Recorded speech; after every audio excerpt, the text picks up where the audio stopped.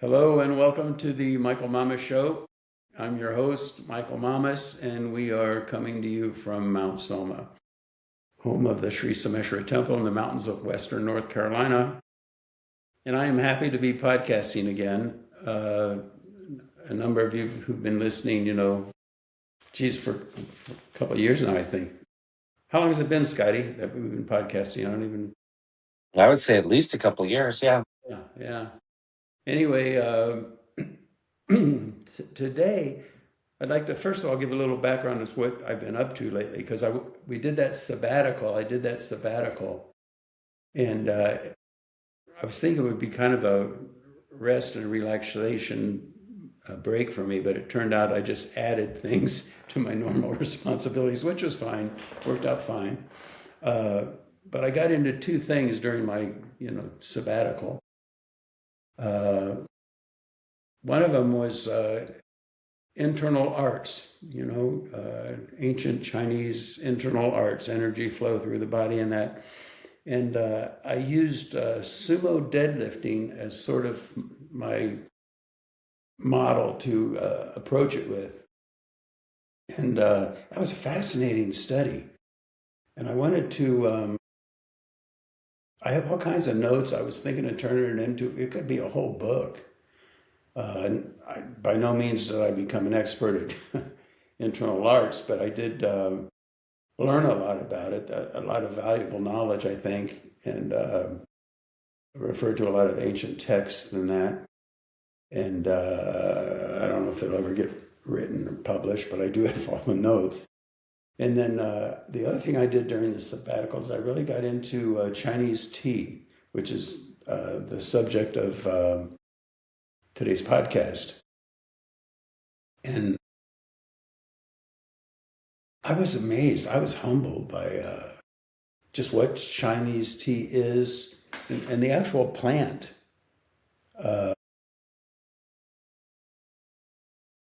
Camellia sinensis.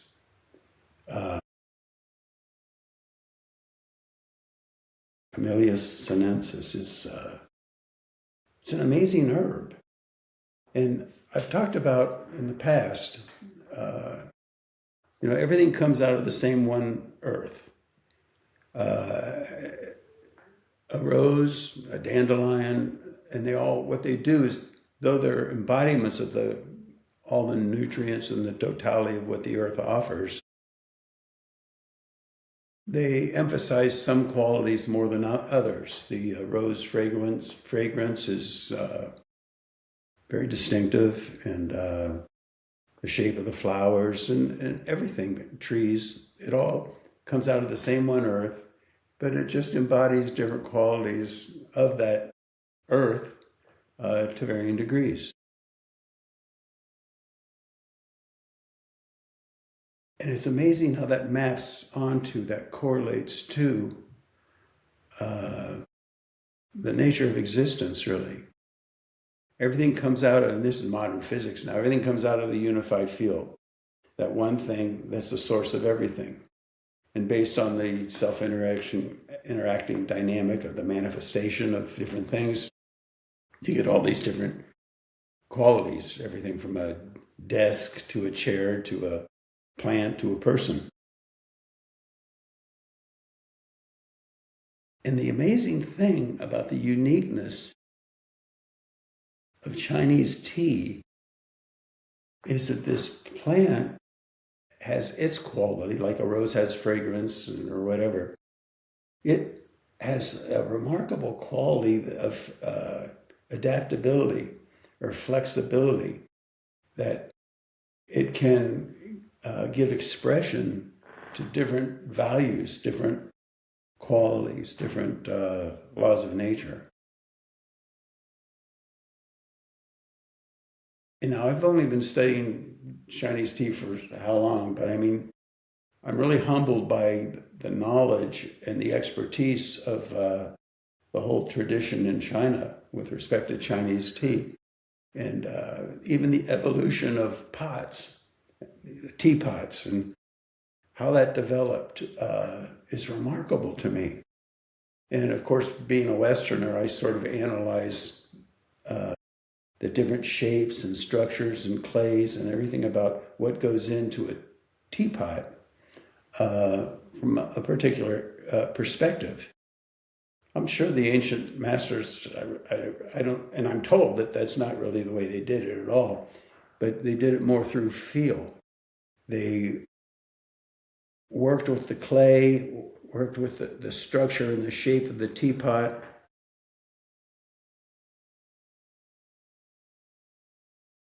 And that determined the circulation of the liquid and the tea within the pot.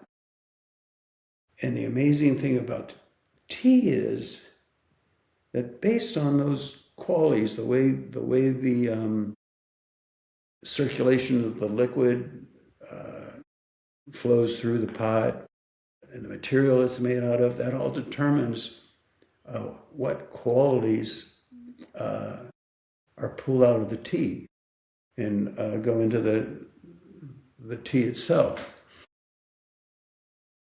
Even the way the molecules, there's something about the plant, the way the molecules line up with one another.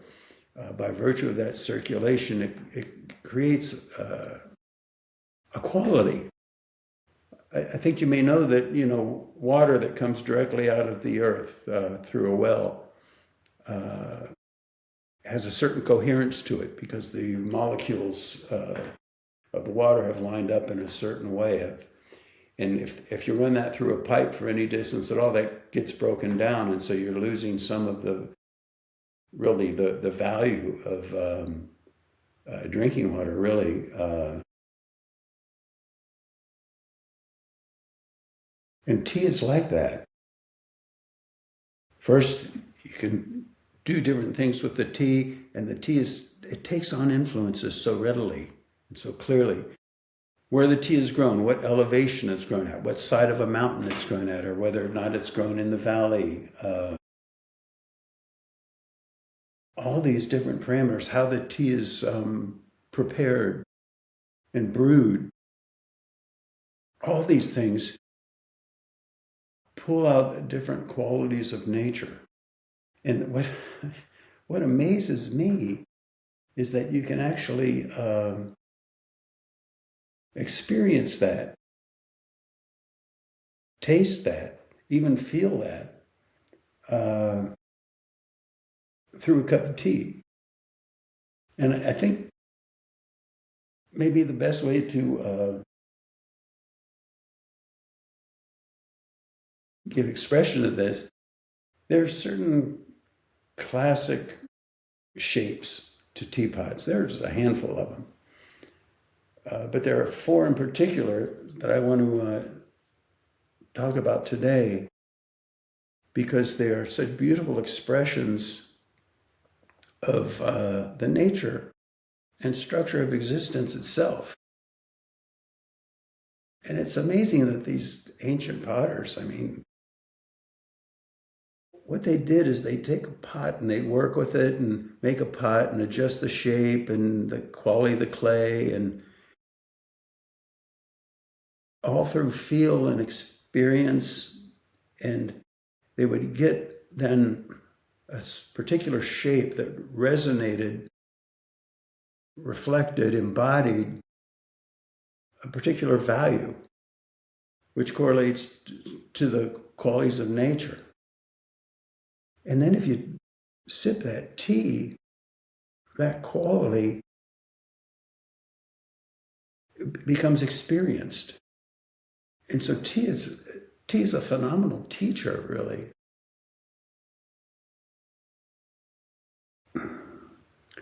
So with respect to the structure of existence, you have the unified field of physics.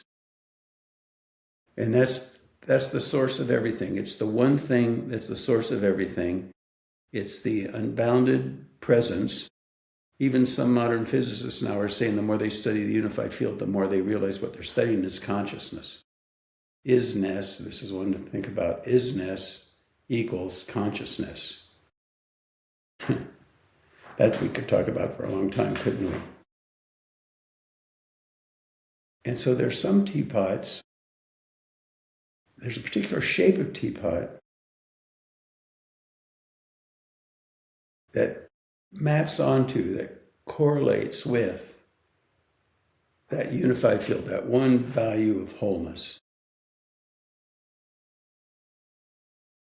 And maybe we'll start with where is it here? Maybe we'll start with that teapot. Now there's a lot to the shape, the curvature, the structure, the lid and the portions of the lid, the neck, the base. All those things come into play when you learn how that particular pot influences the tea. And that's, I mean, we could get into that. That's a whole field of study. But just to represent it, what I want to do with these 4 different teapots that I'm going to show you today is limit the discussion of that to 2 parameters. One is this little tail at the base of the handle. Now, what does that tail do? I mean, you may look at it one way, that doesn't do anything. But to show you how subtle it gets, see how my finger goes up against that tail, so that when the handle has a tail, it sort of connects the experiencer, the taster, the person making and drinking the tea. It kind of connects them to the elixir, to the tea itself more directly. And you might think, I mean, that can't do anything. And after all, how long do you do an infusion? Not that long. But the amazing thing about this tea is it does. It has an effect. And with respect to the tail, that's just one influence, again, of many things that I already cited. And so there's one shape. And what it does is it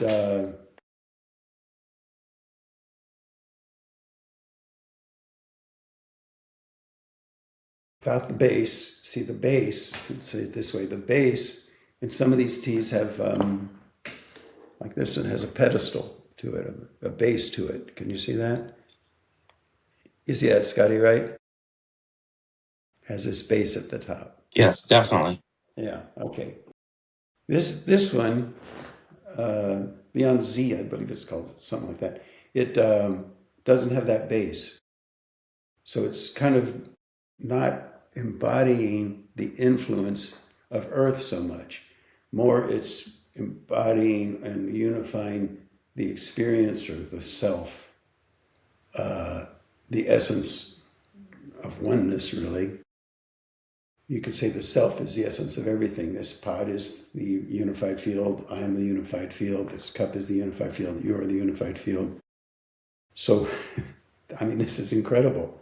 But this pot then creates an elixir that is one with the essence of the brewer. And it's all designed to do that. Now, do I think that the ancient masters who made these pots and these pots then evolved over time to pull out a particular value? They'd probably say it quite differently. Oh yeah, this tea expresses the wholeness value of the tea. But when you look at all these different pots and view it from the perspective of the unified field theories and modern physics and all that, it takes on so much more meaning. Because you see, this is another pot. Now this pot also has a tail, so it's connected to the taster, to the brewer, but it also has a base. And so what that does is it creates a tea that has the wholeness value, but also has that relativistic value, the value of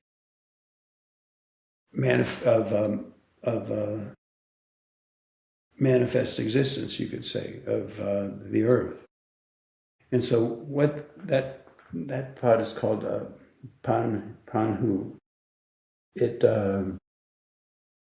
sort of like maps onto or correlates with an individual that's living the full value of life. They know the self, they know that wholeness value, that, if you will, unified field value, but they also function on the earth plane within relativity. Now, the amazing thing is that if you sip tea from either of those pots, you experience that. You actually experience that. And that's incredible. There's another pot, and what it does, we'll take this one. This pot, you see, has no base and no tail. What does that do?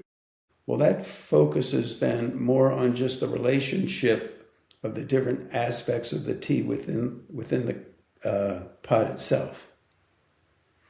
And so it becomes when you sip the tea, and I just had some of that tea this morning, and every time I experience a tea in this way, it's mind-boggling, really, that it can do that.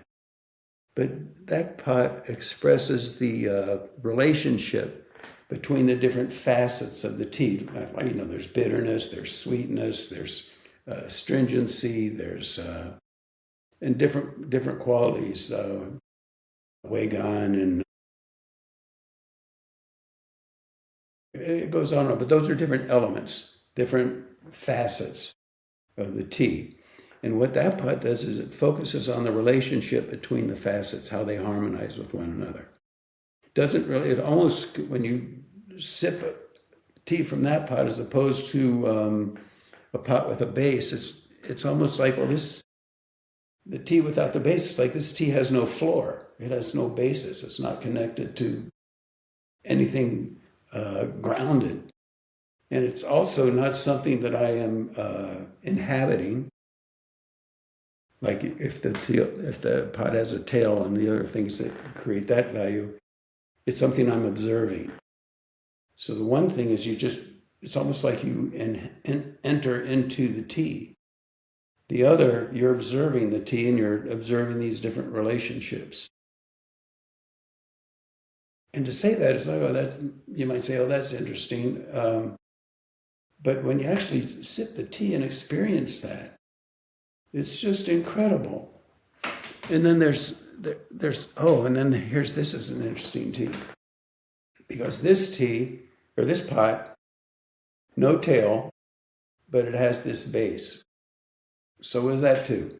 It starts to, I think commonly it might be expressed as it gives a feeling that the structure, all the different components, are all revolving around a fireplace or a hearth. It's like the different components are sharing that fundamental basis. So now we have pure relative level, superficial level, right? And then we have, okay, now these different elements are coming together.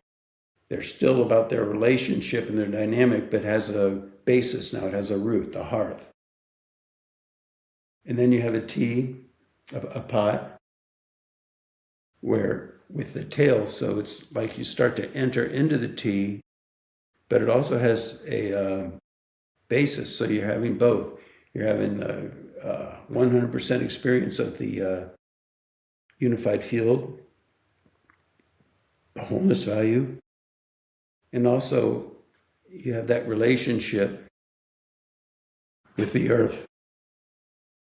And then you have the one that has the tail but no base.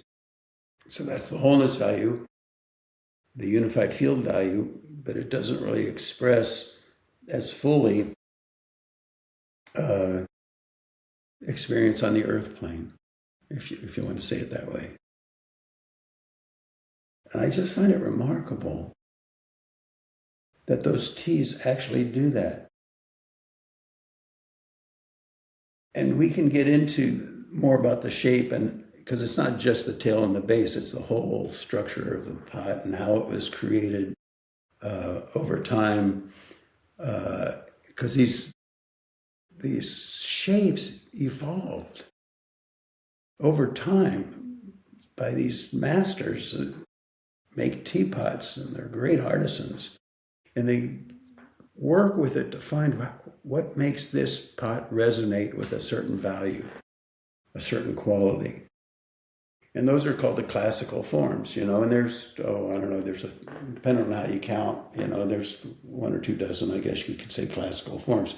But these are the 4 that astound me because they so beautifully parallel the structure of existence itself. I mean, there are some pots that focus on the aroma, and then there are pots that focus on, we have all these different parts, these different components. And there are some pots that focus on gathering them, bringing them together, kind of as a unified whole, but still in a harmonious sense where they're all working with one another and coordinated. And there's other pots that are like a gravity pot, and what they do is they take those components and they help it settle down so it gravitates down. It gives the tea more, I think we could say, substance or a deeper foundation, And then there are the pots, like we said, that just focus on purely the wholeness value, complete integration. It all becomes just one unified whole. And to really grasp these different, at least for me, to grasp these different values experientially, you had to taste the tea, you had to experience the tea. Is this all making sense, Scotty? Is this good? Yeah, definitely. And what's interesting to think about too is just how we all kind of blast right by all of these things because you're just having a cup of tea. You put a bag in a thing and, you do what you're not paying attention to Yeah. the thing. I might have a cup of tea. I don't sit there and analyze it. Sometimes you just enjoy having a cup of tea. But yeah, there's this whole other facet that you're talking about, Scotty. And you're so right. And it's so astounding and it's so beautiful. And so then you get into the different teas, even though they're all the same species of tea, where they grow, and this is amazing, but if they grow up on a high mountaintop, you can actually experience that through the tea. The tea has the ability to embody so many different axes, so many different dimensions. And so the tea will actually feel more expanded, more ethereal, more airy. And it's almost like you're on a mountaintop looking out over the distant views, And there are some teas that are grown in the jungle and they tend to be, heavier and denser. And the tea is an expression of its environment where it grew. What side of the mountain, which mountain. It's just an incredible field of study. Now, I've been talking mostly about pu'er tea. Some call it pu'er tea. And that the raw, then they take the tea and they process it different ways. And sometimes they make it what's called show out of it, where it's ripened. All these different teas have value. Personally, right now, I'm into the raw sheng, it's called. And then there's green tea and black tea and all these different teas, and they all pull out different, incredible. They all pull out different values, but the amazing thing about it is that it all correlates with nature itself. It's something about the tea. We're not creating something tangential to the nature of existence. We're talking about something that embodies, inhabit, and enables the taster to inhabit those different values. And it's an art, even to just brew a cup of tea. And again, I mean, there are people in China, they've been doing this through generations, through lineages, the whole family traditions, everything.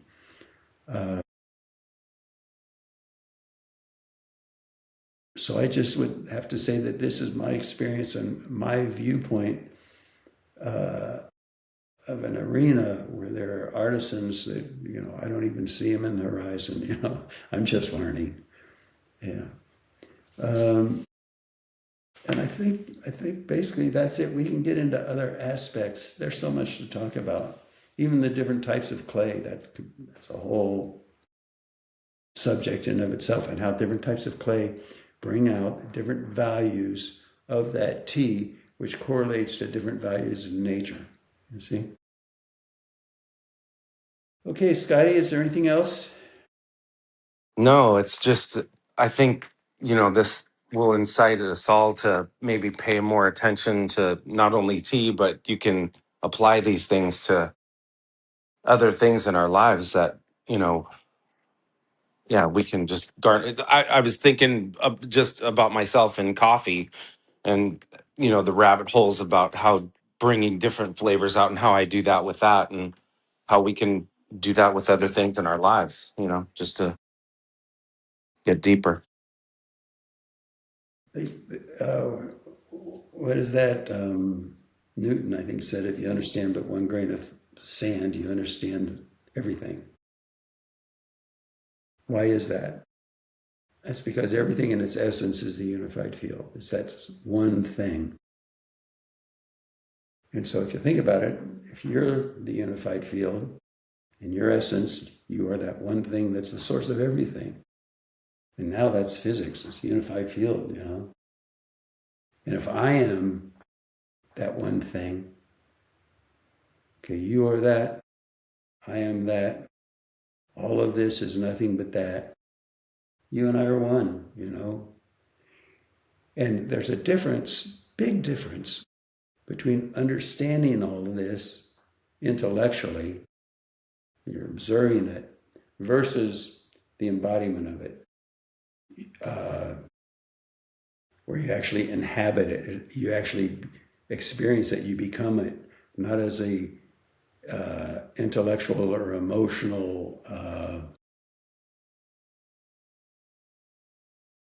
notion, but it's actually as a physiological state. And the amazing thing about these teas that's important to point out, really, is that they cultivate that refinement through your experiencing these subtle nuances, and that they cultivate a refinement of perception. And that refinement of perception is called, really, it's a component to evolution. Because what are you doing? Your awareness is traversing that continuum of existence. I call it the reality continuum. Different levels of existence and their different realities. And so it can become an evolutionary tool.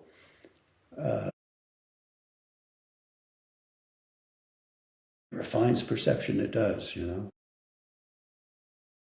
Okay, I think that's it for now. Thanks for listening.